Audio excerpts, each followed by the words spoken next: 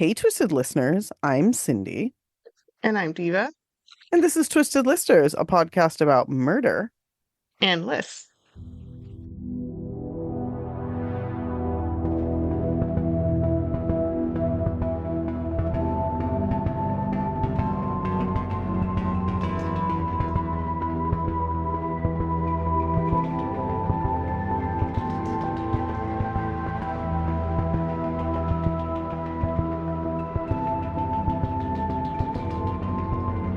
And we are doing part two of the year in review, murder year in review Mm-hmm. for 2023. Great topic, Tiva. I'm glad you did this. I forgot we did Yeah. this last year. Um, Mm-hmm. I feel like the cases this year are a bit meatier, a little bit more horrible, Oh which is yeah. good and Yeah. bad, depends on how you look at it. But yeah, we don't really have much to say, right? No? Dude, I'm a little bit sick.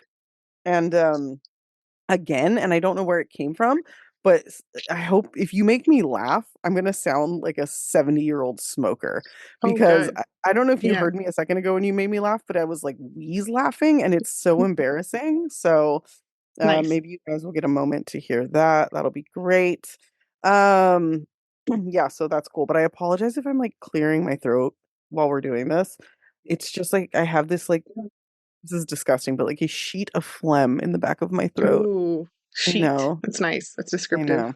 It really, that's how I've been trying to like figure out how to explain what it feels like, and that's the best description. I've It's had also that, so I know exactly what you're talking about. okay, Yeah. good. So it makes Yeah. sense, even though it's really disgusting. It's really gross. Yeah. It's gross, but it's descriptive, so we gotta do what works. So anyway, okay. Okay. Well, I went first last time, so are you ready to go? You want to just I do yours? am. All right, Yeah. let's do it. And best of 2023. I know you know this case because it was everywhere, literally everywhere for so long. All of my favorite podcasts all covered it in some capacity. So now it's our turn. Hmm. This is the case of Erin Patterson, or what I think is now informally I'm going to call the mushroom murders, which is a very appropriate name for what they are. Oh, oh, I almost did this one. I actually highlighted it Yeah. and then unhighlighted it because I found a Oh different one. But man. I'm glad you're doing this because I want to know about it. I wasn't gonna let it go uncovered. Like if you didn't, I was like, okay, I have to do it. I'm Um, glad you did. I'm glad you did. Yeah, this happened in Leongatha, Victoria, in Australia. Okay. Um, so Erin Patterson, as of this year, was 48. She is a super rich lady. She actually was left a multi-million-dollar real estate portfolio by her parents. So she owns like a multi-million-dollar like condo, but then also like 12 other properties. So she's super Hmm. rich. Um, she was described by several people, including coworkers, as being like a bit intense and aggressive and blunt. You know, all those words that people use when they're trying to not say someone's an asshole. Yeah. Um, like she's just very direct, or something like that. So she kind of has an intense personality. She got married to Simon Patterson, her husband, in 2006. They Okay. had two kids together, a son and a daughter, who by this time, by 2023, were teenagers. And after 15 years together, they got divorced. So I guess that would have been like 2021 or so, starting then. So he did his Um, time and was like, I'm done with this. yes, yes. Once the kids are older, as typically happens. Yeah. Uh, Yeah. Yeah. yeah. So the divorce was apparently quasi amicable, because she stayed cordial with his family, Mm, Simon's family, quasi cordial, as I'll say, in a second, because on July 29th, 2023, she actually had his family, his parents in law, Dawn and Gail, and his aunt, Gail's sister, Heather Wilkinson, and then Heather's husband, Ian. So basically, his parents and aunt and uncle all over for lunch at her home. okay. Um, I'm thinking about the old saying, revenge is a dish best served cold. yeah. That's just all that's in my Um, head right now. So so good, good tagline there for sure. So her ex-husband Simon was actually supposed to be there as well, but he bailed at the last minute and just like bowed out. just like left her with his family. That's cool. Hmm. Yeah, like Okay. I'm sure the family was like, "Great, this is awkward now." Right. Right. Um, so as to why the lunch was taking place, because you might be like, "That's weird, to have my ex's family over." Erin was reportedly desperate to get back with Simon, and the family did not want him. him to do that or to get back with her. I think they were still in the middle of the divorce. It wasn't like official. Um, So it's weird they're Papers like weren't signed. going over it's weird they're going over Hmm. for like lunch with this lady that they're like, don't get back together with her. But yeah, let's have lunch. Like it's weird, right? It is weird. Yeah, I think everyone's just being nice, trying to be cordial. It's very, very She like British. Yeah, kind of. And Erin apparently was going to use this lunch to state her case for why they should get back together over Okay. lunch. So this is going to be awkward. Oh, okay. It's gonna be weird. Um, yeah, for lunch, and I'm gonna have a lot of thoughts about the food choice here. She Erin decides to make beef Wellington, which look, that is like a Christmas dinner food. That is a hard food to make. Yeah. That's to the Yeah. point where it's always on Hell's Kitchen and MasterChef as like a challenge at the end of the fucking show because it's very hard to cook. It's Um, insane. Yeah. It's yeah, real. Yeah. so that is a casual lunch flex. Like that is hard to pull off for a casual lunch. That's also like not a lunch thing. Like it's a It's not a lunch very food, and no. it requires that you have like a log of filet mignon as well. So it's like quite expensive, which Yeah. he's rich, so fine. All right. Um, yeah. After their lunch, basically the four Patterson family members who attended and ate the beef Wellington all became violently ill. Mm, Erin is Erin is fine, but she says we'll get into that later. She said she got sick. mm. Um, but the four Patterson family members get really sick. And a few days later, Dawn, Gail, and Heather pass away from their illness in the hospital. In hospital, as Oh they my say. God. In hospital. Yeah. Yeah, Yeah. yeah, yeah. Oh my Ian, God. the uncle, would survive, but he would have to spend several months in the hospital, and he had to get a liver transplant Oh from my all the liver God. damage. Yeah. Yeah, so he had okay, so some sort of liver issue going on from what they ate. Hmm. Okay. Yes. At the time of the lunch, she had said that she sent her kids off to the mall. Um, so they're gone, but they also she said that her kids don't like mushrooms, so she scraped the mushrooms off of their portion. So we'll get into this. And as for why Hmm. she didn't get very sick, she said she barely touched the lunch because she just wasn't hungry. And I'm like, listen, if you make beef Wellington and then you're just like, I'm not hungry, that's weird because that That's takes hours. yeah, that's intentional. And listen, I get it. Like when you cook all day and then you're like, I don't even want to eat what I made, but just no. Like no. In this No. instance, no. Mm-mm. Yeah, in other statements, she did claim that she did get sick, so it kind of changes. It's like, okay, I wasn't sick at all. I didn't eat it, or no, I did get sick because I ate a little bit, but not as much as the guest did. She said she was admitted to hospital. I'm going to say it like they do, where she had severe stomach pain and diarrhea, and she was basically given some basic medicine and stayed overnight one night. So I guess if she did get sick, it was very light, but we're not sure. I'm not sure that happened. That To that's be fair. really real. Right, right. Yeah, yeah. Oh no, sorry. The kids, she didn't eat them because they didn't eat it that day because she sent her kids away right before the lunch, like to leave conveniently. But Why? they ate. She said that they had some of the lunch the next day as leftovers, but because they don't like mushrooms, she scraped them off. Okay. Yeah, So, okay. All right, so whatever. that's I'm already talking about mushrooms. So Mhm. obviously, it was found that the gang here had gotten sick from ingesting toxic mushrooms, specifically death cap mushrooms, which had been in the paste, the duxelle, if you want to be fancy about it, that goes into the mushroom portion of the Wellington. So if you don't know, beef Wellington is like filet mignon wrapped in mushroom duxelle, which is like dehydrated or not dehydrated, but kind of like roasted and then rehydrated and marinated mushrooms and like a Yep. paste, and then puff pastry, and Wrapped then in the there's pastry. Yeah. prosciutto, yeah, Yeah, as it's a well. pretty crazy Yeah. over the top thing. Yeah. Yes. Yes. So in the mushroom portion there, and it's like typical mushrooms. I forget what you're supposed to use, like cremini, like regular mushrooms. Um, Yeah, she I mean, Death Cap are regular pretty like they're pretty death like cap. Death Cap. Like and they're pretty obvious what they are. They don't really I mean, when they're younger, like I actually was like sort of trying to like because I have mushrooms growing in my yard and I'm pretty sure I grew like a mean ass portobello. but I never Mm, ate them because I was like, super don't want to die. So I'm not gonna yeah. push this. But I remember looking at them and I feel like death cap, they really don't look like any sort of edible mushrooms, at least not in No. America. Not in America. Like, no, Yeah. they don't And they're look not, like cremini. no, not at all.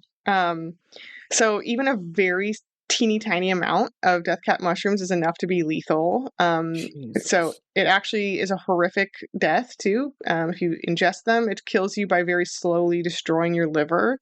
I guess in this case, it happened that these people only ate enough that they ate so much that it happened in a matter of days, but it can also take months. So Ian, the uncle, is like lucky to have survived. Um, Can you like get a liver transplant and survive, or is that just like it kills you by I way of guess your liver, but you can die right. anyway? No, Huh. I think it's a liver destroying thing, and Okay. in Ian's case, he had the ability to change his liver out. But Oh, got the it. other Okay. folks, it killed them too fast. Right. Okay. Yeah. Um, so Erin was questioned, obviously, and released by authorities initially. She gave an amazing little interview for journalists when she kind of gets back to her house, I think, after one of these initial interviews. And I used a fabulous photo from this interview for our Instagram photo this week.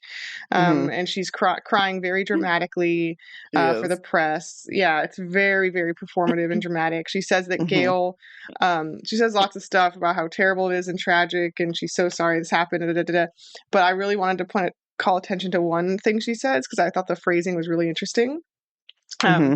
she says Gail, this is Simon's mom. She said Gail was the mother that she never had, and she says that Heather and Ian quote never did anything wrong to her, and she said Gail was only ever nice to me. I just find it really interesting that she's like eulogizing these people and talking about their tragic deaths, and she's like, they specifically never did anything wrong to me. She's talking about them in relation only to her, sort of, Yeah, in a way where yeah, she's it's almost really like weird. she's like defending herself while she's talking about them in a way. Like, Yeah, yeah, and you know she's what I like, mean? they Like, didn't do anything to deserve this, and it's like, I don't know, it's a weird kind of like slip. Um, yeah, so her it's official interesting. story to authorities in the press is that this was a tragic accident, and she says everywhere that she mistakenly bought the mushrooms as in their dried form, along with several other types of dried mushrooms at an Asian grocery store in Melbourne. Girl. And when they go to the store that she cites, they say, hell no, we've never sold those. We've never had any issues with any of our mushrooms being like accidentally, poisonous mushrooms. That's never happened. Um, so I just want to point out here that there's like a subtle, teeny tiny little teaspoon of racism here, because of course she's like, it was an Asian store, right? As implying that their That's stuff neither is like, subtle nor teeny tiny. That is like okay. ragingly blatant. Yeah, Like, yeah. I got them from Exactly. some dumb Asian who doesn't know better than to sell fucking deadly mushrooms. Well, Let's just I think blame them. a lot of people also play into like the idea that like it's risky to eat like Asian foods, right? Or that you're going to get like Right. food poisoning, or that you're going to get sick, or that like it's somehow like a risky thing to do, or their food It's is scary lesser and bad. than, yeah, it's Mm-hmm. risky, it's lesser than they eat stuff that's dirty, they eat stuff that can hurt you, but they're just Yes. built Yes. different so they can handle it. It's like the Yes. whole, but it's just demeaning on like every fucking level. It's disgusting. Yes. It's so Yes. shitty. And several podcasters like raised very good questions about like this because A, why are you buying several kinds? B, you don't need Right. to. B, why are they dried? The recipes I've made Wellington before. You do not need to use dried mushrooms and rehydrate them. You can very much, and I think it's preferred that you use fresh. Fresh, right. So you're kind of making a lot of work for yourself by choosing dried mushrooms. That's like a fancier, harder approach. It's not necessary. I'm sure in Australia they have access to fucking criminy mushrooms. Yeah, I Um, think so. and also, the obvious thing here is they're not going to ever fucking sell death cap mushrooms at a fucking grocery store. I don't think it's like, I mean, It's not like they sell like foraged from the fucking forest. Like right. I they're think she's grown. implying that some were like accidentally in a package, but I feel like if that was going to happen, there'd be another case of poisoning. It wouldn't be that just one time. Right. It's If not that was because going to be it's not like like a we don't get systematic food thing. poisoning. Right, But if but it was going to be there's like a like that's why Tylenol there's like thing where multiple cases were, where this was exactly. intermixed into something, it wouldn't just be this one package. Exactly. It would be like multiple people getting sick. Like in America, when we recall salad every fucking 6 weeks, Mm-hmm. it's like people in multiple states are getting the same symptoms, and it's like a big fucking thing. It's not just going to be like a one-time whoopsie that like happened to be her bag. That's stupid. Yeah. So Oh, when the story breaks, she's only presented as a suspect. She's not arrested initially, but investigators look further into Erin and they find a couple very odd things. Besides the, like I said, obvious holes in the story to begin with. For right. example, they find childlike weird scrawlings and notes on her walls in like it looks like marker, and these are really really weird. They look like the work of someone very unhinged and definitely an adult, not like someone said maybe they're her kids like scrawlings, but I'm like, no, her kids are teens, and they're not going to necessarily like do like do this. You can see pictures of these online. There's lots of ominous messages and kind of gravestones and things like I am dead, just sort of like death themes kind of run throughout. So that's a little bit of a Jesus. red flag. That's Um, huh. yeah. So also from 2021 to 2022, police learn that her husband Simon had four mysterious illnesses, including three that sent him to the hospital. So that's a bit of a red Oh. flag as well. Yeah. Oh, so she's been And testing the waters. mhm. The police also find that the day after this lunch, Erin took the food dehydrator that she used to rehydrate the mushrooms, which again, lots of extra steps here. You don't have to do that with the fucking Hmm. mushrooms. Um, and you don't need that equipment to rehydrate mushrooms anyway. But anyway, that's besides the point. I Right. have like as a person who cooks, I have like lots of little petty gripes with this. Hmm. But anyway, she took the food dehydrator that she used with the mushrooms and took it to the garbage dump. Made a special trip. She made a Um, special trip to get that thrown into a big old pile of garbage that you can never find yes, it in. Huh. All right. yes. All right. Uh, she would later admit doing so, but she said that she disposed of it because she feared losing custody of her kids. And I'm like, okay, so you're admitting guilt? Right. Like, Right. I Hmm. guess yeah, but even though she's still claiming that it's an accidental, use of these poisonous mushrooms. Hmm. Yeah. So it's unclear why or what new evidence may have emerged in the intervening months. But on November 2nd, they arrested Erin Patterson and they charged her with 3 counts of murder and 5 counts of attempted murder. The fifth count, because there's obviously 4 people at this lunch who got sick, but the fifth count was actually related to a previous time she was poisoning Simon, her husband. That's So they crazy. threw that in there. Yeah. Yeah. So apparently, the night before her arrest, Erin threw a big party at her home and invited all of her friends. It's disputed whether or not she knew this was, going to be her last hurrah. She was going to be arrested, but I think probably. Um, Hmm. at, at an initial hearing, the prosecutor in her case asked for 5 months to prepare the evidence against her, in particular to analyze computer evidence that they collected from her home, tons and tons of computer stuff. So I imagine there might be Googles of like how to poison people with mushrooms, Hmm. and shit like that, right? She also, by the way, was a very experienced mushroom forager. This fucking lady. Um, so Oh, I she imagine, is an yeah, experienced mushroom forager? yeah, I Okay. imagine that will come Okay. up. Yes. Hmm. Um, Hmm. so yeah, so that's where the case stands. She's been arrested and charged, but I think she's in jail, but she hasn't, the trial and all that hasn't commenced yet. So it'll be really interesting to see how it Hmm. goes. I'm sure she will plead like not guilty and fight it. She has enough money to, get all the best lawyers and shit. Yeah. Yeah, just like from the interviews and there's also videos of her, because the press and obviously like were hounding her every time she left her house or like got to her house, and you can see her like getting super madder and madder at them with as the time goes on, and she at one point is like scolding them of like, she has friends that can't even come to like be with her and support her in this hard time. They have to stay away because they don't want to be on the camera of the news. So anyway, I just get the vibes from Erin that she's a very haughty, kind of arrogant, like rich lady. That those are the vibes. Hmm. So she's definitely going to fight it and definitely not going to admit that she poisoned her ex's family with mushrooms, which seems to be I mean, I'm gonna go. potentially, I'm gonna. allegedly, what happened. Yeah, I'm gonna go out on a limb and say she absolutely fucking did. I don't know. Like, I could be wrong, but like, I Yeah. feel pretty And strongly that she did. although there is one other tack she could take and approach in the trial, which I think is interesting. I saw in one video that she could argue that she was just trying to make them sick, but didn't know the correct dosage and did not know that she could kill them with what she was Hmm. doing, because she also really wanted to get back with Simon, right? So some people have suggested, like knowing her personality type, that maybe she was actually trying to get them all super violently ill so she could then like swoop in and like help them and like be there for them and like nurse him back to health kind of thing, Hmm. um, which I think is fully possible. But then we'll see what the computer evidence says, right? She could know everything about death mushrooms, like, and know exactly how lethal they are too. So I don't know. Right. It's interesting. Also, randomly on Christmas Day, her multi-million-dollar home was broken into for the third time in the past few months. So I think people know she's not in it because of Oh, the okay. high-profile case. The robbers took a car, they took a TV, and they took her CCTV cameras.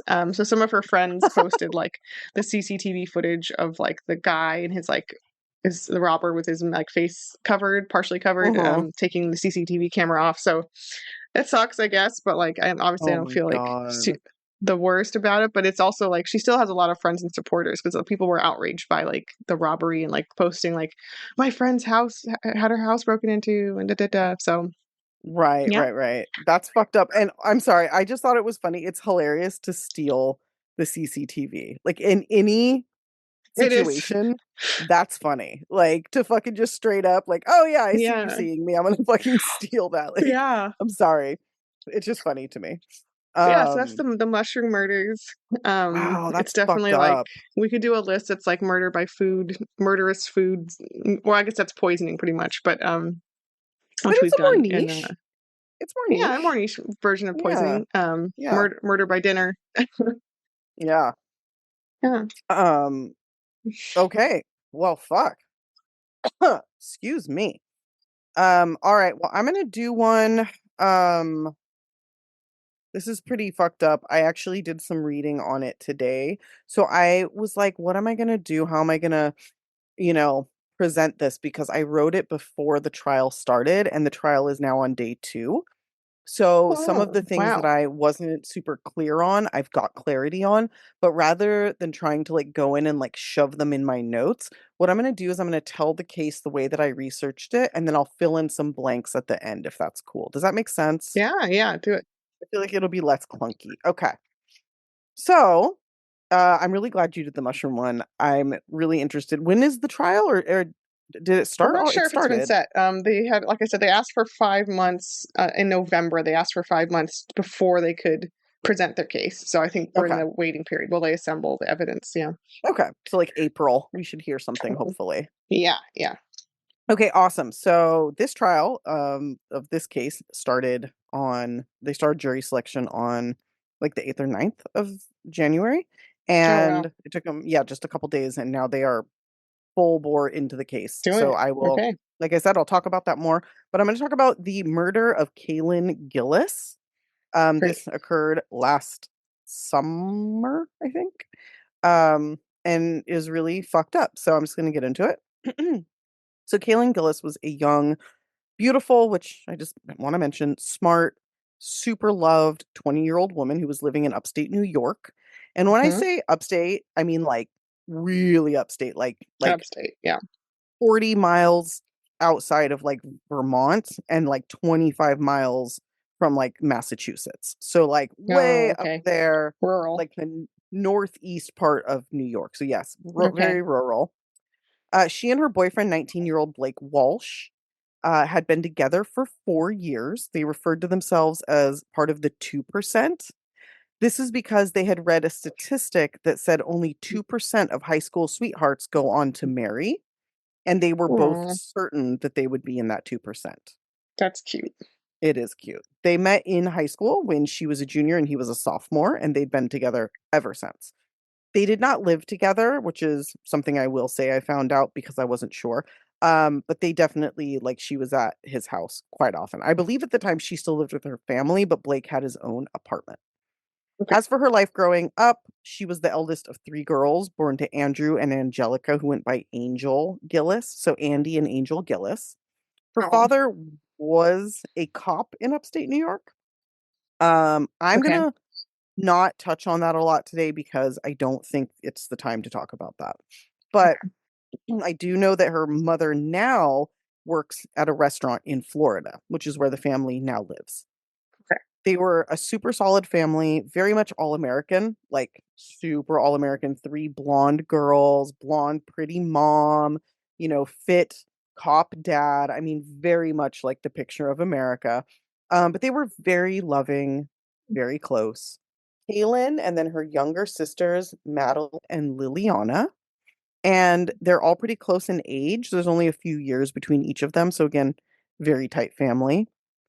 Uh, I used to have a friend, I think she was one of four sisters, and that household was insane. So just imagine like three girls growing up in a household, like it's quite a picture, right? Yeah. So a very particular girly house that, their dad must have had a great time. So Yeah. she was a gift she was a gifted artist, she was an animal lover, and in fact she wanted to be either a veterinarian or a marine biologist, and it seemed like marine biologist was maybe winning out um more at this time. She was also a Disney fanatic, so a very normal, sweet person. And like I Yeah. said, she was super close with her family, going every Sunday to dinner at her grandma's house. So, very family oriented, very sweet person. As you can imagine, Kaylin was also super popular besides like having this like long-term boyfriend and being close to their family. She was just somebody that like everybody loved because she was so like positive and sweet and just again all American. And as such, she enjoyed going to parties and spending time with friends. And on the night of April 15th, 2023, Kaylin, Blake, and some of their other friends were on their way to a party out in the boonies in Hebron, New York. Now, Hebron is about, I thought it was 25, but I just read 35 miles from Schuylerville, which is where they were living, and is a really tiny town with less than 1,200 people living there. So super, super rural. Lots of the properties have like a ton of land, a lot of distance between homes, not a ton of cell service, not even a lot of like paved roads. Like there's a lot of like dirt roads. And that's where the party was being held. And like I don't know Okay. if for you growing up, like, did you go to a lot of parties, like, out in the boonies in high school? Was that, like, a thing in Benicia? No, I didn't really have boonies where people lived. It was the suburbs. Oh, okay, yeah, so Davis, where I grew up, was suburbs, but, like, a 10-minute drive, and you were in the middle of, like, farmland. So, we would, like, party at the haystacks and, like, party at the barn and, like, like, the ditch or whatever. So, Yeah. it, like, reminds me of, like, that, like you're going out to the boonies. I had a friend who was like super rich and lived in this mansion out in the middle of nowhere, and it was always like really hard to find his house. But once you did, you could just fucking rage there because there was nobody around. So I kind of think that's what these guys were doing is they were going to go to a party in the middle of nowhere where nobody would bother them and they could like rage, right? So anyway, Blake was driving his car with Kaylin in the front passenger seat and two other friends in the back. There's another car with them, so they were caravanning, and there was also someone on a motorcycle. So just like a decent group of people, right? So there were four people in his SUV. There was another SUV with at least two people in it, and then someone on a motorcycle. So they thought they're getting close to the house they were looking for, and they start turning up driveways. As I'd mentioned, cell service was super sparse in the area, and they had actually lost all of their cell service 5 miles back. So they're just like driving around in the dark with no cell service. They think they're close to this house. And, again, this is super rural. So the houses are all off of dirt roads. I don't know if you know, like when you drive in those really rural areas, but like a lot of them, like they don't even have addresses. Like, often with rural areas, there will just be like a cluster of mailboxes that like the mailman will go to. And people that live out there don't like super want people to know their address or know where they live. So it's kind of, you're just kind of set up to get lost, right? It's like pretty obvious. So they think they find the right house. They pull up this long, narrow driveway. And when they get to where they can see the house, They pretty much, immediately realized they were in the wrong place. It's the lights are all off. There's nobody else there. Clearly not a party happening. So they convene for a minute. They like talk to each other and they decide, okay, let's turn around and try to figure out where we're going. This is a little difficult though because it's a super narrow driveway, and again, it's like I think it's like dirt. So they don't have a lot of space, but they were trying, and they were actually in the middle of turning around and almost on their way back out when a man came out of the house. So nobody was super worried about it because they're like, oh, we just drove in the wrong driveway. We're obviously leaving, like whatever, right? So Blake finishes turning his car around and he's in the driveway starting to pull away when his friend yells from the back seat, he's shooting, drive. Oh my God, who's shooting? What the hell? The man who had come out of the house, later identified as 65-year-old Kevin D. Monahan, had brought with him a shotgun, which he began firing at the already leaving cars. So Why? Wait. Why? we'll get there, and I'll tell you what his defense Okay. said, which is fucking ridiculous. Oh But my God. I already know what's like gonna be said. I already know. oh, I I like bet you don't. I bet you don't. You're gonna be really? shocked. Yeah, and Okay. we'll talk about it. Okay. So he All fired right. 2 shots. The first one didn't hit anyone. The second, unfortunately, hit Kaylin squarely in the neck. Blake saw kind of what happened. They thought that they had just like bumped each other, and they actually had to turn the flashlights on their phone to see that she had been hit and she was bleeding. So they immediately go as fast as they can, start driving down the driveway and all the way back towards the town so they can get cell service and call 911. They had to drive the 5 miles back before they could even call for help. The moment they were able to, they called. And they had actually tried while they were on their way down and had 2 disconnects when they were calling, but they finally get through to the paramedics. Unfortunately, when the paramedics arrived, Kaylin was already dead. Um, Wow. yeah. That's insane. Yeah, she was pronounced dead at the scene. So, Blake and his friends told police what happened, and police went straight to Kevin's home to kind of talk to him. Kevin, even after seeing it was the police knocking on the door, refused to open the door, and an hour-long standoff ensued. And during this standoff, Kevin was not only on the phone with police, but also at some point on the phone with his lawyer, who finally convinced him to surrender, which to me means he knew he fucked up, right? Like, why are you calling your lawyer? Yeah, that's a bold move to do that quickly. Yeah, like I'm just gonna call my lawyer, and it's like, well, why? Like what did you do that makes you think you should call them? Because why else would you do Mm. that, right? So Kevin was arrested that night. His wife was also home, but he was arrested and he was charged with second-degree murder. He was later charged also with reckless endangerment and tampering with physical evidence, which at the time I wrote this, I could not find exactly what that was referring to, but I will talk about it in a minute. In any case, at first he was only charged with the second-degree murder, but as police went through his home and investigated the situation further, they added more charges. So let's talk about up until like today what we knew to be true. Kevin is, of course, denying any wrongdoing. He at first said that he was afraid for his life and was acting in self defense. I thought for sure this would be his claim during his trial, but again, we'll talk about it. The evidence does not really support this story, though, and neither do any witness statements. So we have all of the people who are with Kaylin who saw what happened. So that's at least what, like 5, 6 other people minimum. They all say they had already turned around and were in the act of leaving. They were actually leaving the property when this man opened fire. And not only that, but the way the bullets entered the SUV, they prove that the cars were You were can tell that. were leaving. Yeah. Yeah. The way that it entered from the back of the car shows that they were already turned around and moving away from the house. Also, I don't know if this is a neighbor. I'm sure we'll find out as the trial progresses, but somebody who was not with Kaylin's group saw the whole thing and echoed what all of these victims said, which was like, they were leaving, he opened fire. As one prosecutor put it, quote, there was clearly no threat from anyone in the vehicle. There was no reason for Mr. Monahan to feel threatened. Nobody ever exited any of the vehicles, to just to clarify, and they were clearly attempting to turn around and pretty much were done doing so when he shot at them. So, you know, what the fuck, dude? When he was brought in for his bail hearing, a lot of other shit came up because they were trying to have him remanded without bail.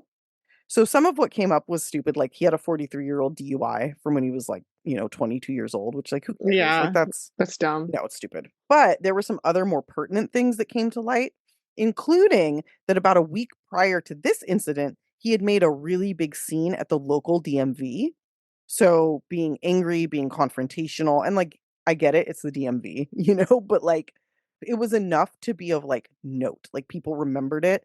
People remembered it was him, right?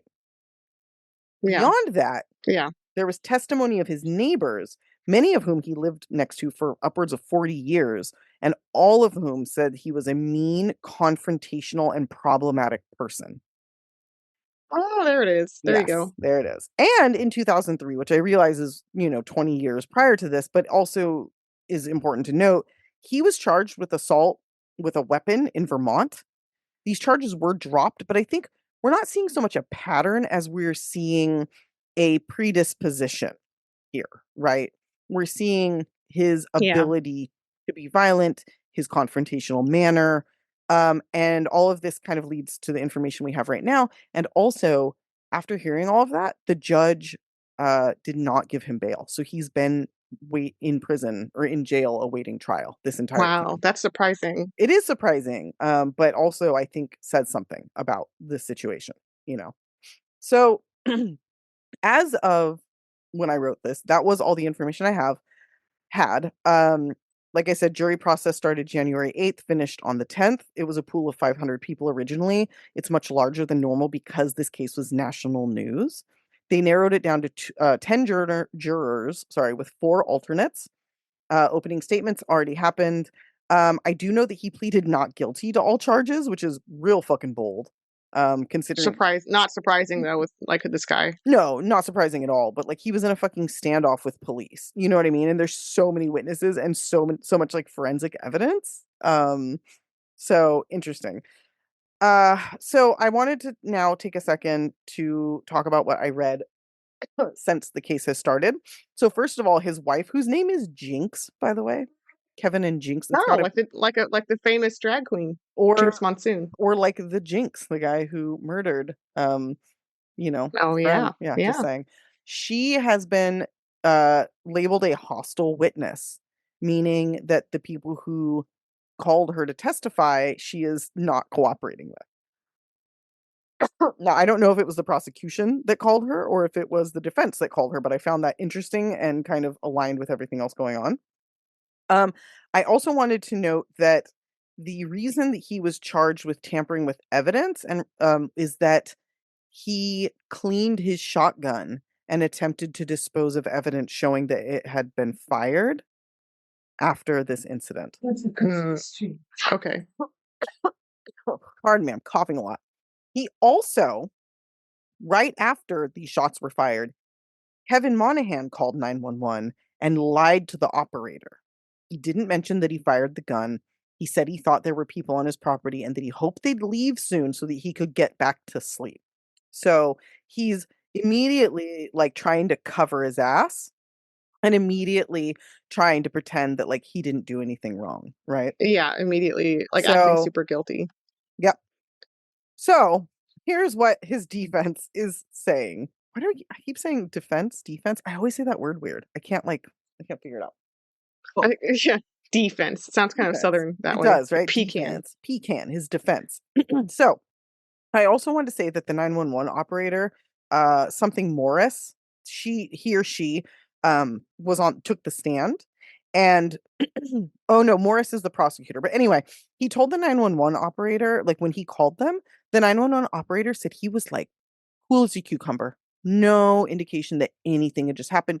No indication he'd fired his gun. No indication that he was scared for his life.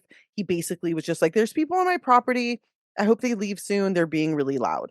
So his whole like, I'm fearing for my life, X, Y, and Z, even if he did feel that way, in his attempt to like cover his tracks after shooting them, he completely threw that out the window. Now, what? Yeah, and they were fucking leaving. Like, what's scary about that? Yeah. Yeah. And so his this defense says, this is so crazy. They say that he is an avid motorcycle rider and that he saw the motorcycle on his property and thought that they were bikers and possible, quote, reinforcements coming after him. So he Oh my thought God. because he saw one motorcycle and two SUVs that he was being attacked by like some rival biker situation, Shut up. like a That's so biker stupid. gang, right? His wife said that he gave her like a handgun and told her to hide in the closet and then brought his 20 gauge shotgun outside with him to see what was going on. His lawyer says that he shot one shot into the air and then fell backwards, and the shotgun discharged on its own when he fell. No, that's so stupid. Yeah, so not only are they saying, well, he came out with a gun because he was afraid for his life, but he didn't shoot at them intentionally while they were driving away, because who would do that? He fell down and accidentally fired a perfect shot into one of the cars. That is But what then they they're don't even saying. have to say he was afraid for his life. They're kind of like, that's not even necessary Well, then to they're say. saying they're saying, well, he came out with the gun in the first place because he was scared. But after firing the warning shot, he was done, but then he fell down and the gun went off on its own. And we have a professional witness who's going to say that that's what happened. Who's going to say that a gun the shotgun can fire on its own if it's jostled. And that's what his defense is going with. They're actually trying to say that that is the chain of events. I don't know. They're going to like ignore that he called 911 and acted like everything was cool and didn't mention that he fired his gun, I guess. They're going to ignore that he was in an hour-long fucking standoff with police, I guess. Like, I don't understand what they think they're going to do here using that narrative. It feels so weak and so fucking That's consistent with the arrogance this guy clearly embodies, though. yes, exactly. Yeah. Yeah. Yeah. It's pathetic, dude. It's embarrassing. Honestly, it's fucking embarrassing. And like I don't even understand. Like, oh my God. I mean, they're desperate. It's like, just plead guilty, bro. Like, you did this. You fucking shot at these people. The really sad fucking thing is like, when Blake called 911 and he's just like, they released some of the transcripts and it's just awful. They ask him, like, is she awake? And he's like, no, no, no, she's not. Like, oh my God, please help us. It's so fucked up. Um, so yeah, that's kind of it. This guy is basically just some like backwoods fucking weirdo shut in that nobody fucking likes, that has a history of a bad behavior and a bad temper, who fucking took it too far one night and is now trying to get out of it by having just like a laundry list of pathetic fucking excuses. And I'll be really interested to see what happens, but I hope this guy goes to jail. You know, And the bar for feeling threatened, as we know, is very low. Right. I mean, they were thinking that they were going to, I think what happened, here's what I think happened. I think that they were going to try for their like version of the stand your ground law, but they realized because it's national news, people have already torn that apart. Like before the trial even started, the news and commentary on this case have already made that such an untouchable defense that they've now had to like pivot to something else, which is wildly fucking ridiculous, but also so out of left field that I don't think anybody thought to debunk it. You know what I mean? Like, who thought they were going to Yeah. say this gun went off No. by accident? So totally insane. I did want to say, I wanted to end on a more positive note because I did kind of do what creepy fucking people do. And I looked at her family's Facebook pages. I didn't dive deep, like anything they don't want seen, they have privatized. And I certainly didn't try to do anything that, they have public posts thanking people for the support, giving updates on the cases. That's mostly what I was looking at. And some of these posts are basically saying, like, we don't want a ton of negativity. I also want to point out that they are like pro gun. So I don't think that they're trying to politicize this as like a gun issue, which regardless of how you feel about guns, I do understand what they're saying. Like this guy, if you're living out in the woods, you own guns. Like literally for protection, like actually for protection from animals, from random people. Like it's not a ridiculous thing for somebody to own a gun. That being said, this happens when people who own guns have other, this guy, there's something wrong with this guy. He's just a bad person, a violent person. I don't know. So the family, Yeah, the issue is mostly with this guy being fucking ridiculous. right, because like I said, when you live out in the boonies, like it's not unwise to have a gun if there's a bear, if there's some sort of, predator or people trying to harm you because you're far from services and you don't have phone or whatever. So I'm not going to get into the gun debate on in this instance because I feel like it's a shotgun, it's a whole kind of different thing. Also, like I said, her family's like whatever about it. So I know that might be surprising for people to hear me say that, but like rural areas, it's kind of a different thing. In any case, they have a GoFundMe. They're doing a scholarship in her name. As of right now, it has $140,000. It's growing every day. Um, her family doesn't want a lot of negativity, but her father, Andy, did file a wrongful death lawsuit in August against Kevin Monahan. Um, it's really fucking sad. Blake Walsh, Kaylin's boyfriend, who is going to testify at the trial, which is going to be an absolute like heart-shattering thing. He gave an interview shortly after her death, basically saying that his world was shattered and discussing how he and Kaylin had been like making plans, referring to like their life together. Like they were fully invested in one another and were planning on like getting married and having kids and having this like wonderful life. And for this to be torn away from all of these people for just driving down the wrong driveway is So fucked insanity. up and sad. It's so fucked up. So anyway, we'll see what happens. I will definitely update people because this case is moving forward. I think we're going to get a lot more information. And I'm glad I was able to get some to kind of update on the ridiculous defense strategy of these people, and also get some witness testimony because I didn't know that like he'd called 911 and kind of tried to play it off. So I find that stuff really interesting. But anyway, that's the story. There we are. Wow, that is really fucked up, and I'll definitely be interested to see what they say at trial. Yeah, me too. I'm really interested to see what goes on. But okay. So for next week, I get to pick, and you already know what it is. And I'm so stoked that you were so happy with my choice. Yeah. I decided to do a really frustrating topic, and I actually chose this because I want to redo one of the cases I did very long ago for camping and hiking murders. I got some of the facts of it wrong, and people will never called me out, but I will call myself out and when I redo the case. But this falls under the category of murderers who were released from prison and then murdered again. So kind of a frustrating case topic. Yeah, yeah, really frustrating and shit that's like fodder for people who are pro death penalty and stuff. Right. I mean, that's a problem for me too. Like, I don't want to be like pro death penalty, but also like, why are you releasing people who murdered people after like 10 years or whatever? But we'll get into the specifics of this later. We'll talk about kind of the intricacies of what this, there's no one size fits all answer to criminals.